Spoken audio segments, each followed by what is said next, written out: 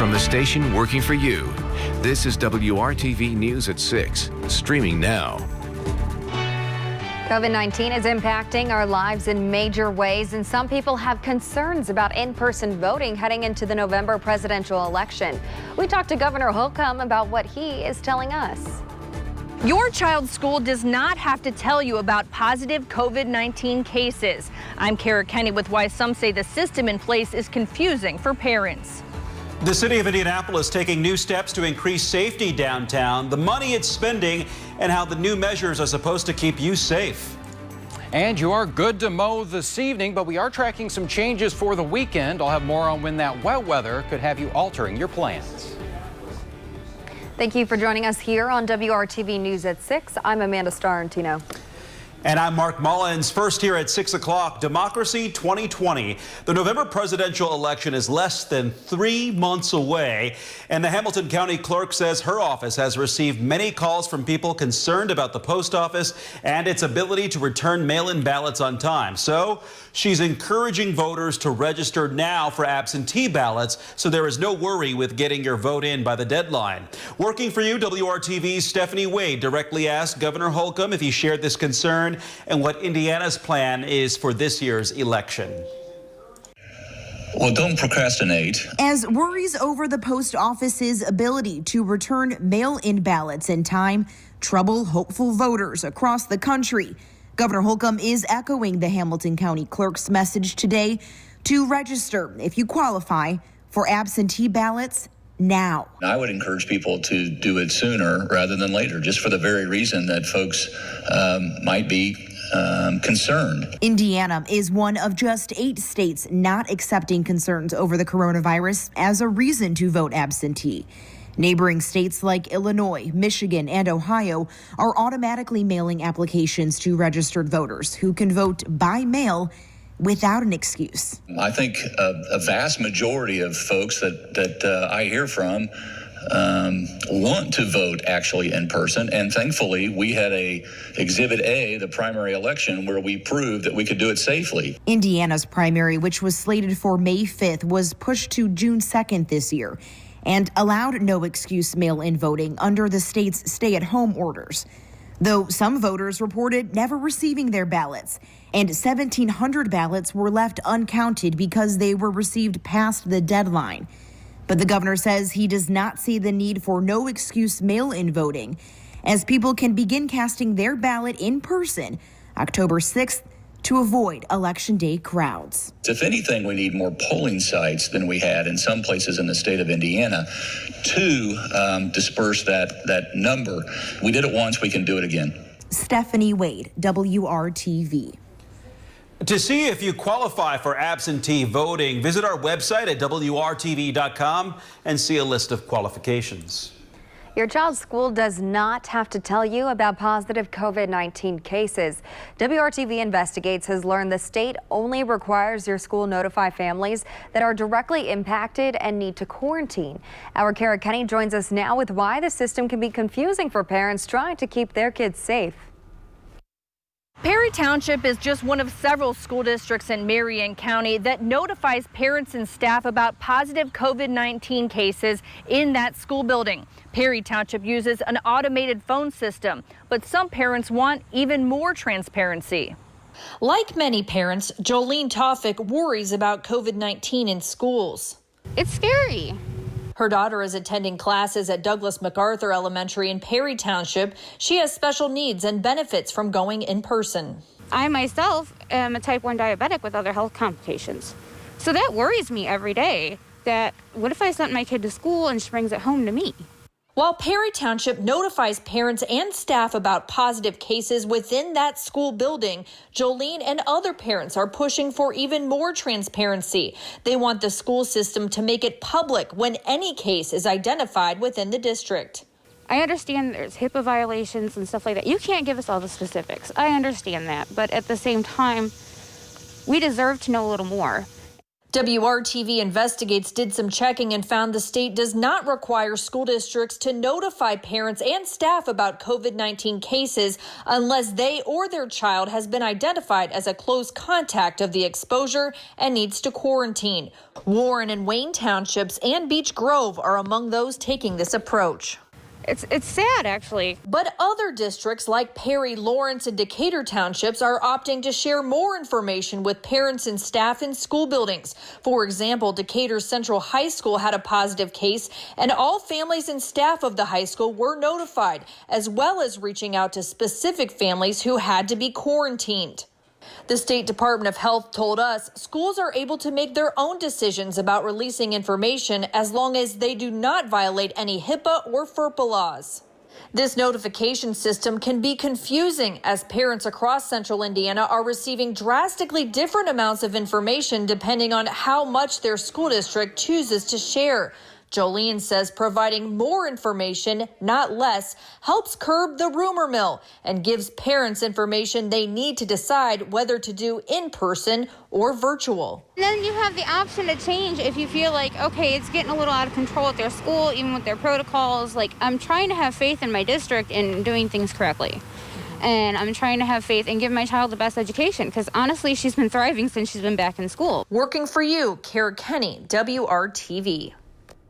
And Perry Township Schools told us while they communicate with families of students in the affected building, quote, the families of quarantined students receive a separate phone call because there are special instructions that must be conveyed. Since the start of school, we have shared reminders with all of our families to sign up for Parent Square, our primary communication channel if they have not already, end quote.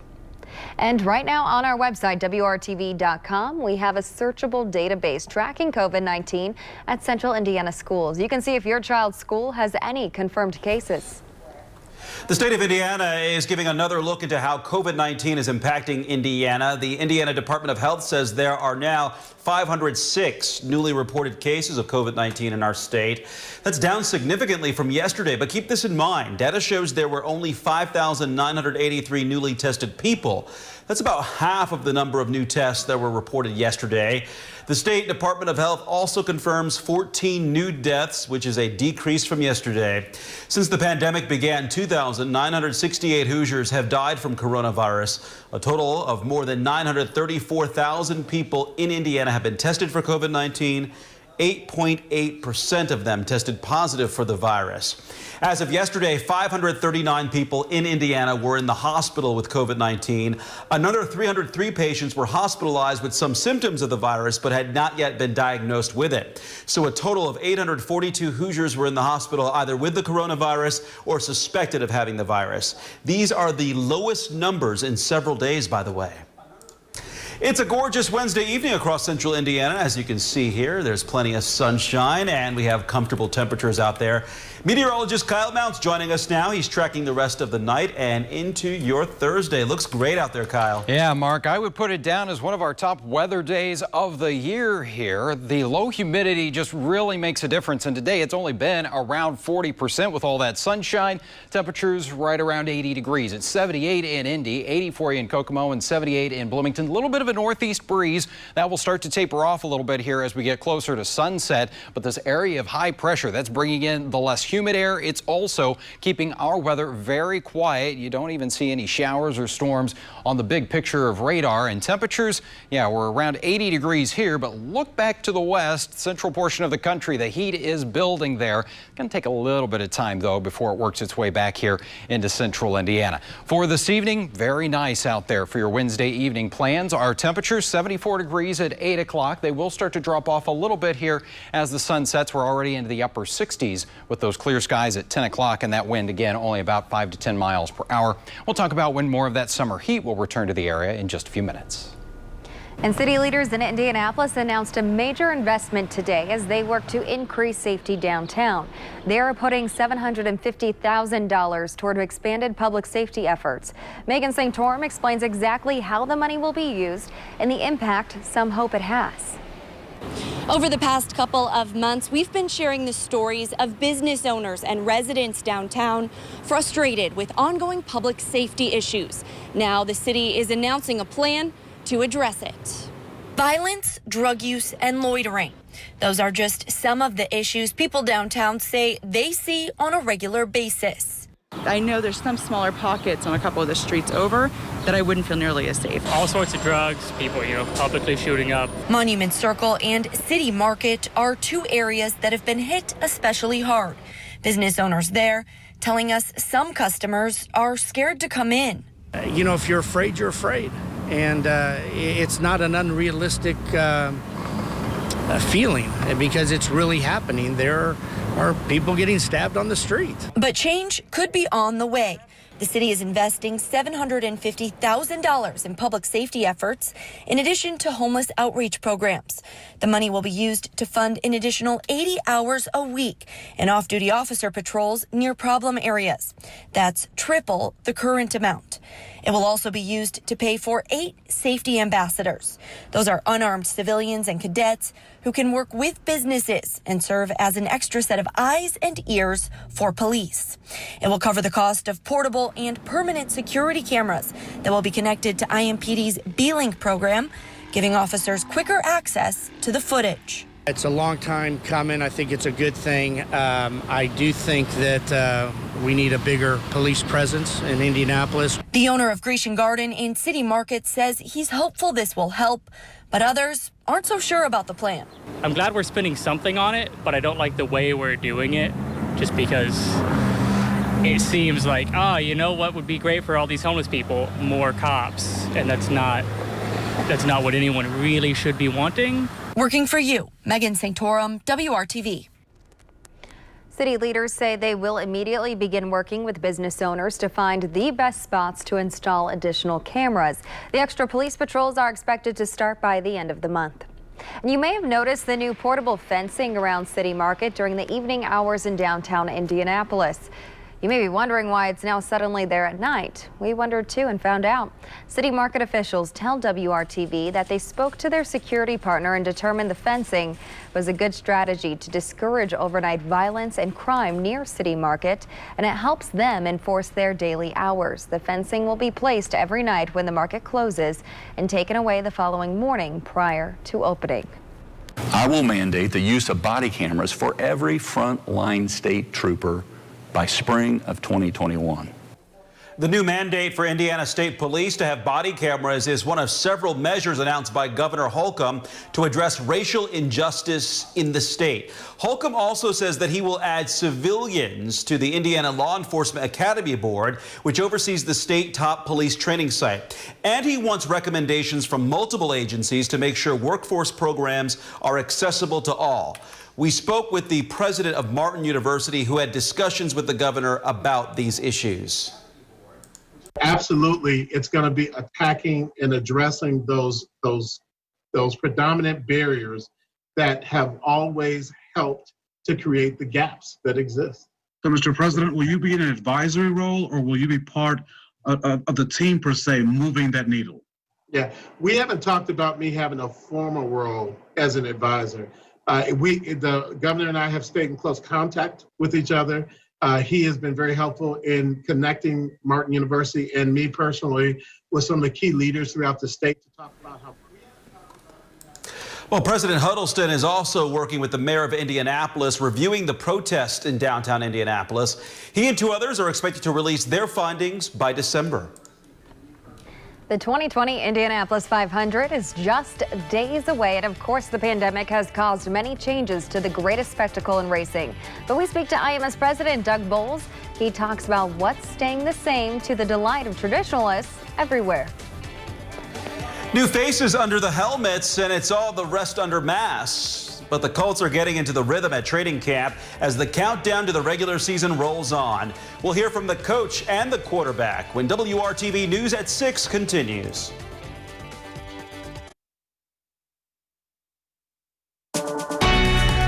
From the station working for you, this is WRTV News at 6, streaming now. Welcome back. The 2020 Indianapolis 500 is just 4 days away, and it's been a long wait, 1 year and 3 months since the last 500, and that's all because of the pandemic. Of course, this year's race is going to be a lot different. Most notably, there will be no fans in attendance due to the threat of COVID-19.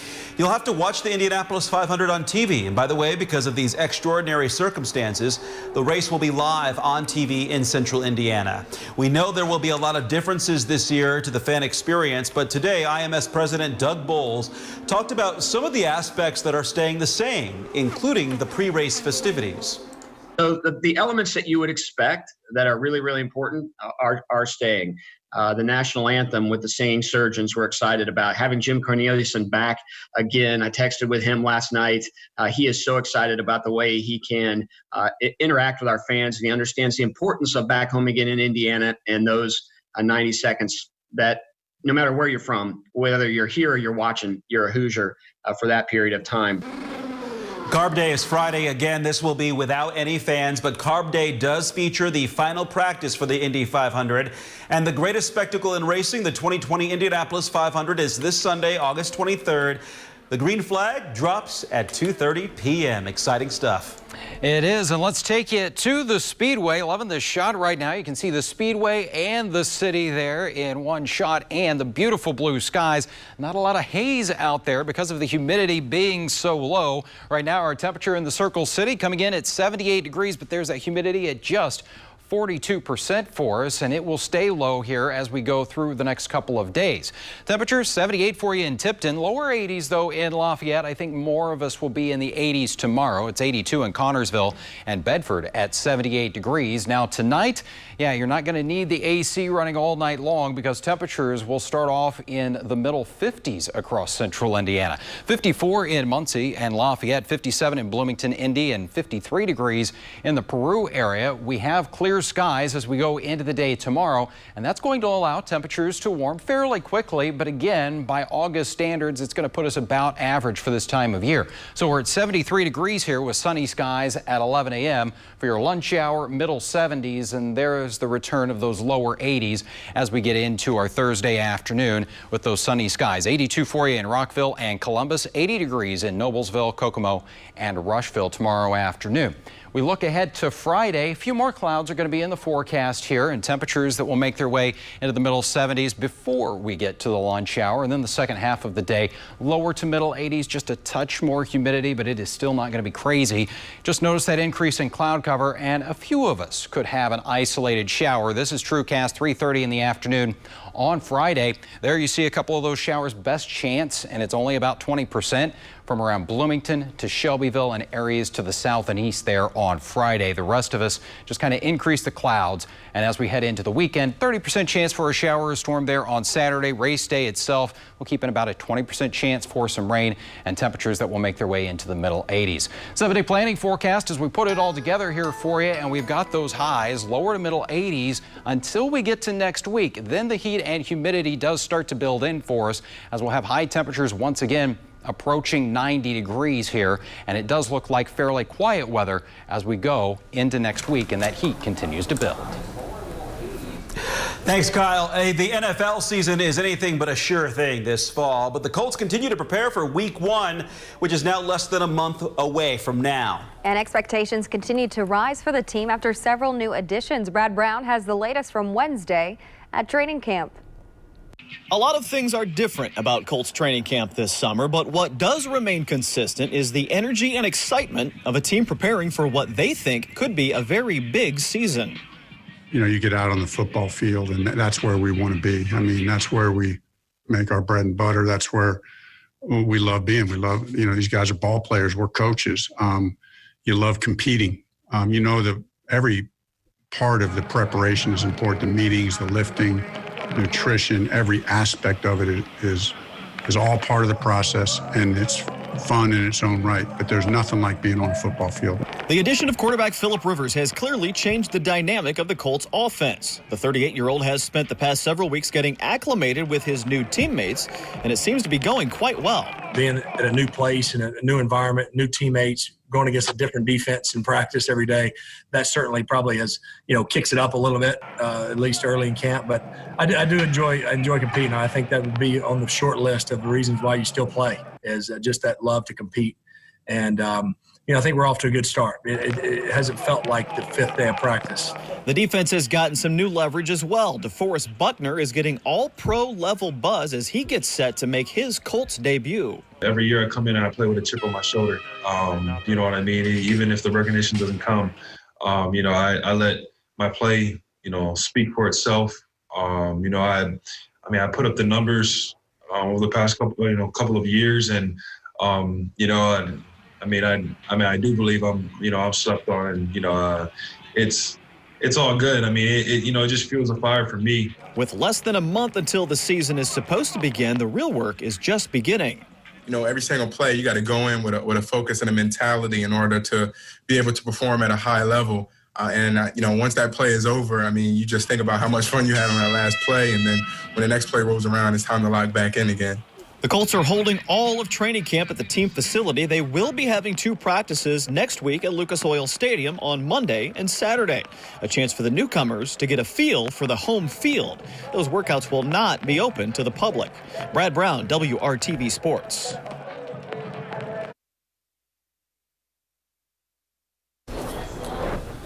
Welcome back. Today's WRTV photo of the day is from Claire Lacey on the south side of Indianapolis. Claire sent us this up-close picture of a white-tailed squirrel. Look at that. She says this little guy has visited her backyard several times. It looks like he is either looking for his friend or maybe in search of some food, probably an acorn or something. Or just enjoying the view there, I'd say, right? Claire says nature is so amazing, and we do agree with you. Thanks, Claire, for that. Send us your photo of the day. It could be a picture of just about anything that's fit to put in a family photo album. Email it to news@WRTV.com. I didn't even know that was a thing, that squirrels could have a white tail. I have never seen that before. That's interesting. I would say that our weather has been pretty amazing, and it will be again tomorrow as we enjoy sunshine and temperatures in the 80s. And take this live look outside. It's gorgeous. Go out and enjoy it. We'll see you at 7.